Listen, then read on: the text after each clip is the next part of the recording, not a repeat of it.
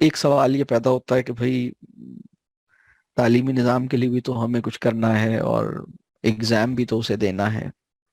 تو اس کا جیسے جیسے بچے بڑے ہوتے ہیں انہیں یہ سمجھ میں آتا ہے کہ بہت سے کام ایسے ہیں جو کسی وجہ کے تحت کرنے ہیں. اگر بچے کے پاس ایگزام دینے کی ایک وجہ اس کو سمجھ آ گئی ہے اور وہ اپنی مرضی سے اس کو ایکسیپٹ کرتا ہے، وہ کہتا ہے ٹھیک ہے مجھے ایگزام دینا ہے، مجھے آگے کچھ اور کرنا ہے، اس کے لیے اس کا یہ پری ریکوزٹ ہے کہ میں یہ والا امتحان دوں تاکہ میں اگلے مرحلے میں جاؤں. تو وہ پھر اپنے اس پروجیکٹ کو اون کرے گا. جو ایگزام دینا ہے یہ کام وہ اپنی خوشی اپنی، پھر اس کے اندر جو بھی مشکلات آ رہی ہیں انہیں وہ قبول کرے گا.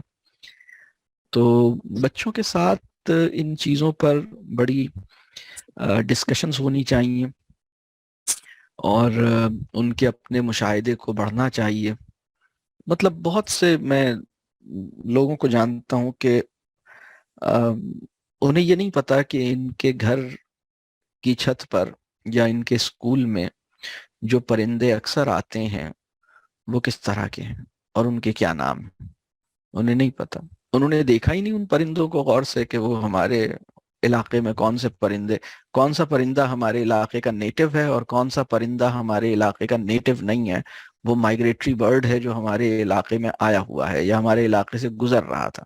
بچوں نے اتنا آبزرو تھوڑی کیا ہے کسی بھی چیز، مطلب انہیں موقع ہی نہیں ملا آبزرو کرنے کا، کیونکہ ہم ان کو ان چیزوں میں لگائے ہوئے ہیں جن میں وہ مطلب ان کی جو فطری مشاہدے کی صلاحیت ہے وہ اس کے نتیجے میں بعض اوقات متاثر ہوتی ہے. لینگویج کی میں بات کر رہا تھا. لینگویج بہت بڑا مسئلہ ہے کہ بچے کی جو اپنی زبان ہے وہ ٹھیک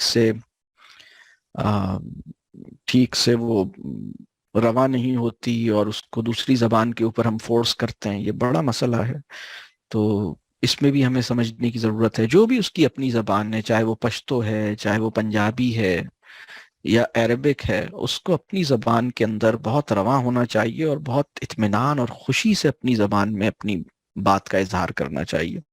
اس کے اندر تجربے کرنے کا ایک شوق ہونا چاہیے اور اس کے اندر سوال پیدا ہونے چاہیے.